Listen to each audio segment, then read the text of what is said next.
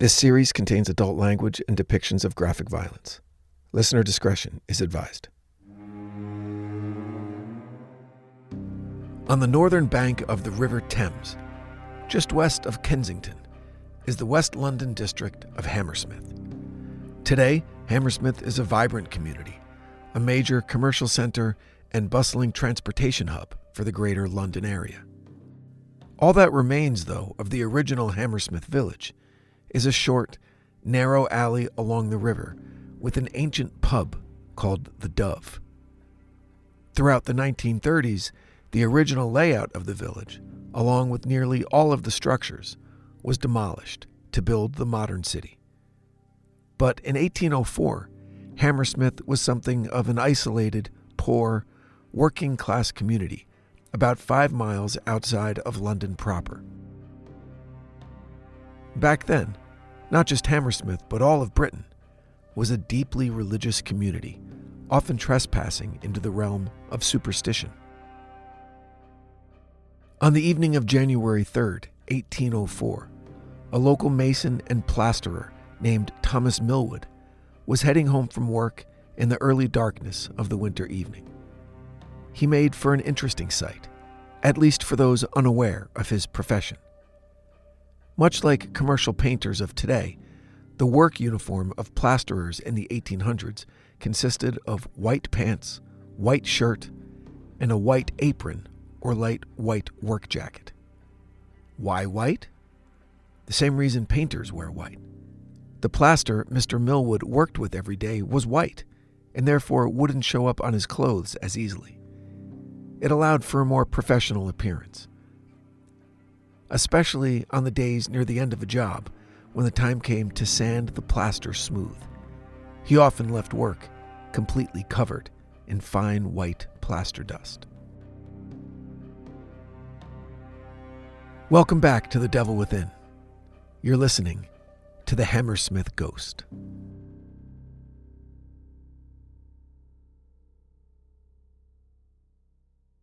We need to back up a bit to the spring of 1802, when a local blacksmith, the occupation for which the town got its name, a local blacksmith succumbed to an undiagnosed mental illness and tragically killed himself. Fearing for his mortal soul and public shame, his faithful wife claimed it was an accident in the forge that killed her husband. Back then, victims of suicide were buried in a lonely graveyard at a crossroads outside of town, the belief being that the soul of someone who takes their own life wouldn't be able to find rest if the body were buried in the consecrated ground of a church. The good wife, however, stuck to her story and saw to it that her husband received the proper Christian burial that he deserved as a lifelong man of God. But as she transitioned into the mourning period of the next few months, she was struck with the abject guilt and heavenly fear of trying to pull a fast one on the Almighty. Stories of a ghost haunting the churchyard began to circulate, and the terrified widow knew it could only mean one thing. Her late husband's soul was denied at the pearly gates and was now forced to haunt the poor village of Hammersmith. Word got out that it was the unsettled soul of a suicide victim, gasp, buried in consecrated ground that was now on the loose, and the sightings poured in, with each getting more outlandish than the last. In the first incident, a young man named Thomas Groom was cutting through the churchyard on his way home from work when he testified that he was, quote, seized about the throat from behind by an unseen force. When he wrenched his body free and turned around to confront his attacker, he saw only a white mist in the vague form of a person. When he swung at this mist to protect himself, he remarked that it felt as if he were merely pushing against a coat, as if it were hung on a wire. A few weeks later, just after Thanksgiving in 1803, 2 women were walking along the cobblestones towards the river, enjoying the chill of the late autumn evening. As they passed the graveyard on the grounds of the church, they were allegedly set upon by a vicious specter, appearing as a faceless, floating apparition with flowing white garments. It reached out to seize the women, who promptly screamed and ran for their lives. They were so affected by the encounter that, it was reported, they both died of shock within 48 hours. And then there's the critical case of William Girdler. Mr. Girdler was a night watchman, standing his post at a rye warehouse on the evening of December 29th, 1803. It was sometime in the pre-dawn hours that Mr. Girdler claims to have witnessed an apparition, similar in appearance to the previous sightings, as it made its eerie way along Beaver Lane, near the churchyard. Determined to protect his community, Mr. Girdler gave chase to the ghost until, according to him, the specter threw off its ghostly garments and disappeared. Concerned citizens, awoken by the activity, soon found a distressed and excited Mr. Girdler, who explained to them what had just happened. And this is where the hysteria begins to take hold. Mr. Girdler's claims that the apparition, quote, threw off its ghostly garments greatly interested the townsfolk of Hammersmith, and, since there were no garments to be found anywhere on the ground, that was taken as proof that Mr. Girdler spoke the truth. The garments surrendered by the ghost were obviously not of this world and would therefore not be present at the scene. Rock-solid proof. As the hysteria grew, the situation became more dangerous because of a simple fact. There was no organized police force in Hammersmith at the time. So, in the grips of irrational fear, the townspeople did what humans do. They overreacted. Armed groups of vigilante ghost hunters were formed that began to patrol the town. And no one was safe. One of these concerned citizens was a man named Francis Smith. Smith was well known in the community due to his position as the village excise officer, or tax collector. On the evening of January 3rd, 1804, Mr. Smith was leading one of these vigilante patrols when he happened upon Mr. Girdler at his post at the warehouse on Beaver Lane. Mr. Smith was armed with the weapon of the day, an interesting firearm called a blunderbuss. Okay, a blunderbuss is basically a precursor to the modern shotgun. They were single shot with a flintlock firing mechanism that fired large caliber projectiles through a goofy looking flared barrel that looks more like a trumpet than a rifle. But man, were they dangerous. Because of the flare at the end of the barrel, you could basically shove anything down there and it would become lethal shrapnel. Anyway, Francis Smith with his blunderbuss met William Girdler at work, and the men agreed to meet up after 11 p.m. to look for the ghost together. However, just after 11 p.m., Smith caught sight of the ghost turning a corner less than 50 yards ahead of his position. The apparition seemed wholly unconcerned that it had been spotted.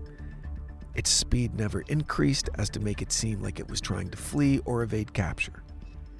Francis Smith took cover behind the corner of a building.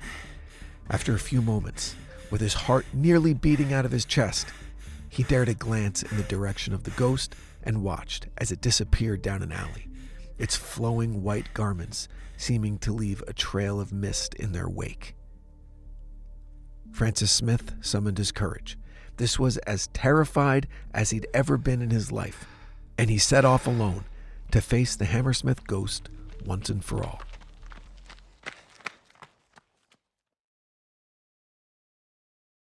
Now let's just get in front of this. For some reason, Smith and the other vigilantes in town were convinced that a firearm would somehow be an effective weapon against a cursed spirit that had taken spectral form in the earthly plane of existence. But alas, Francis Smith charged ahead with his blunderbuss. He crossed the darkened streets of Hammersmith, focused on the alleyway where the ghost had retreated. Once arrived, he took a deep breath and rounded the dark alley, where he saw, not 20 feet in front of him, the very ghost he sought. The undead spirit that had been terrorizing the village. He seemed to have startled it, for it was frozen to the spot, no longer floating freely through the night. But Francis wouldn't be fooled, and certainly wasn't going to allow the demon to get away. In the few seconds since getting his prey within sight, he raised his blunderbuss while shouting, "Damn you! Who are you, and what are you?" Instead of responding, the ghost took a step toward Mr. Smith. In that moment, Smith shouted the command, "Stop or I'll shoot!" while simultaneously discharging his blunderbuss. No doubt scared shitless, and maybe a little curious if his weapon would actually have any effect on a ghost.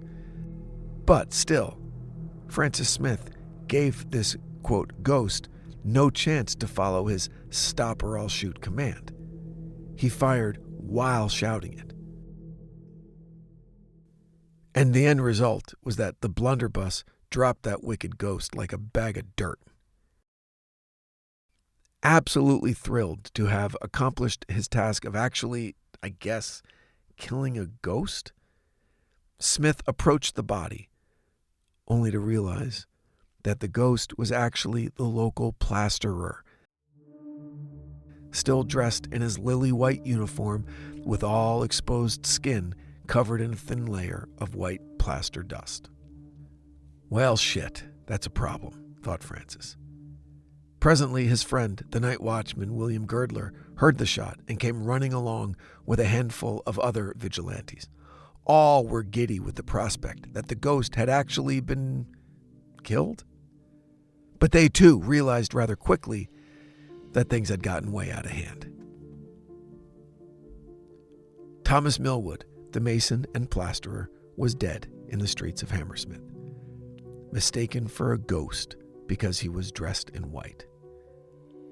Now, instead of going home to his wife, he was bleeding out, with the lower left quarter of his face missing, blown off by a close-range attack from a blunderbuss.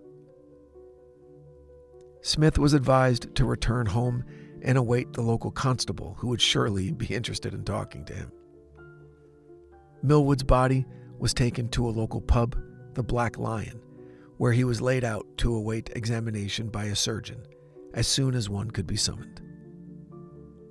3 days later, on January 6, 1804, Dr. Flower arrived from London to conduct his examination. His findings were a surprise to exactly no one. The cause of death was, quote, a gunshot wound on the left side of the lower jaw with small shot, about size number 4, one of which had penetrated the vertebrae of his neck and injured the spinal marrow. The coroner's report should have read, mistaken for a ghost and shot in the face by a local superstitious idiot. As predicted by the mob that night, law enforcement indeed tracked down Francis Smith and charged him with willful murder. The deceased's wife and sister both testified at the trial. They heard the whole thing, as the attack occurred mere feet from Millwood's front door. The sister provided the ear witness report regarding the simultaneous warning to stop, along with the fatal shot from Smith's blunderbuss. But it was the wife who filled in some of the blanks that existed in the months leading up to the tragedy. She testified that she had repeatedly implored her husband to wear a dark-colored coat over his work clothes. He had scared several people who mistook him for the damn ghost. And one of these encounters nearly became violent. Here's a portion of her testimony. Quote, on Saturday evening, he and I were at home. He said he had frightened 2 ladies and a gentleman who were coming along the terrace in a carriage. For the man had said, he dared to say, there goes the ghost. And then Thomas said he was no more a ghost than he was, and asked him, using a bad word, did he want a punch in the head? I begged of him to change his dress. Thomas, says I, as there is a piece of work about the ghost, and your clothes look white, pray put on your greatcoat that you may not run into any danger. Many of Francis Smith's friends took the stand as character witnesses in an attempt to sway the jury away from conviction. But the facts were the facts, and it wasn't looking good for Francis. Thomas Millwood was unarmed, a working man, a productive member of their community. But still, the jury was reluctant to convict Francis Smith. They all understood the fear that the presence of a ghost conjured up.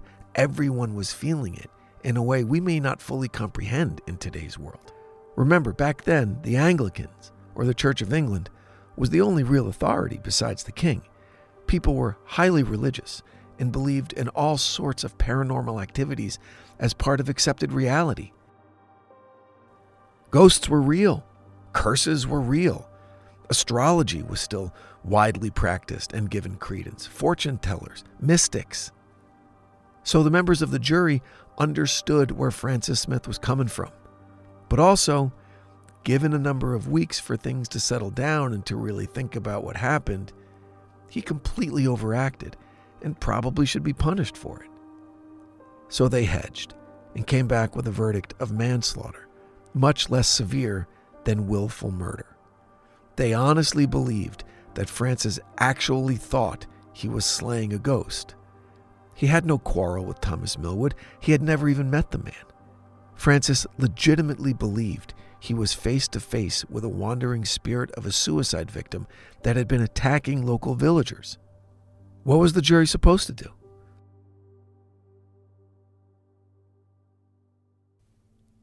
Well, the judge had a pretty good idea on the matter. By the way, the judge's name is perhaps the most British thing you'll hear in your life. Lord Chief Baron Sir Archibald MacDonald. All right, when the manslaughter verdict came in, Sir Archibald dismissed the gallery and spoke directly to the jury. Quote, "I should betray my duty and injure the public security if I did not persist in asserting that this is a clear case of murder if the facts be proved to your satisfaction. A killing whatever amounts to murder, unless justified by the law or in self-defense. In cases of some involuntary acts or some sufficiently violent provocation, it becomes manslaughter. Not one of these circumstances occur here." Okay, he basically spanked the butts of the jurors and said, "Too bad for your feelings, go do your job."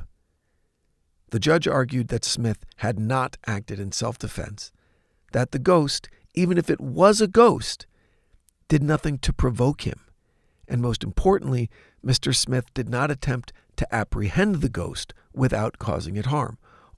All of that being true, one must simply, according to the judge, insert the absurdity of a person pretending to be a ghost, and the facts don't change, as it's not illegal to pretend to be a ghost. Stupid, perhaps, but not illegal. Now, consider the actual events. Mr. Smith mistook Mr. Millwood for a ghost, didn't give him the chance to answer for himself, didn't attempt to apprehend him without causing harm, and fired his weapon despite Mr. Millwood being unarmed. Further, the defense only offered character witnesses, nothing to explain the events, only testimonials as to what a good guy Francis Smith was, and that because of his years being so cool, he shouldn't be punished for the death of Mr. Millwood. The judge quickly rejected all of that, reminding the jury that Mr. Smith's previous good character should be disregarded where the current matter was concerned. And finally, in a statement dripping with precedent that would affect British law for centuries, Lord Chief Baron Sir Archibald MacDonald stated that, quote, "The fact that Mr. Smith believed Mr. Millwood to be a ghost is irrelevant." The judge would only accept a conviction or acquittal on the willful murder charge, and only the willful murder charge. Deliberations got back underway, and less than 24 hours later, the jury returned with a verdict of guilty. Perhaps one of the reasons why they were so reluctant to convict was due to a strange and barbaric legal mechanism of the time that meant Mr. Smith was instantly sentenced to death by hanging, with the additional post-mortem insult of public dissection. Seriously, That was the automatic sentence for someone convicted of willful murder. But it seems the good judge had other ideas, and that he believed, despite his impassioned orders to the jury, that Mr. Smith didn't quite deserve that gruesome fate. Sir Archibald MacDonald reported the fantastical elements of the case to King George III himself and lobbied for the verdict to be thrown out and punishment reconsidered. The king alone had the power to do so, and he ultimately agreed. The death sentence and dissection was commuted to a year's hard labor. Less than a week after the verdict was handed down, and before the king's commutation, the Hammersmith village shoemaker, an elderly man named John Graham, came forward and confessed to being the ghost. It seems Mr. Graham employed an apprentice who enjoyed regaling Graham's grandchildren with ghost stories that were being taken a bit too seriously by the kids, but still the apprentice refused to stop. To teach him a lesson, Mr. Graham decided to don a white sheet and attempt to scare the apprentice into submission, try to make him fear that he had become the object of an unsettled spirit's ire. And then it all just went too far. So, the case of the Hammersmith Ghost was solved. A man was dead, and another sent to a prison camp. But the fallout from the murder of Thomas Millwood would last another nearly 200 years. The main question was this: is acting on a mistaken belief a sufficient defense against a criminal charge? In 1983 in London, a case came before the Court of Appeal.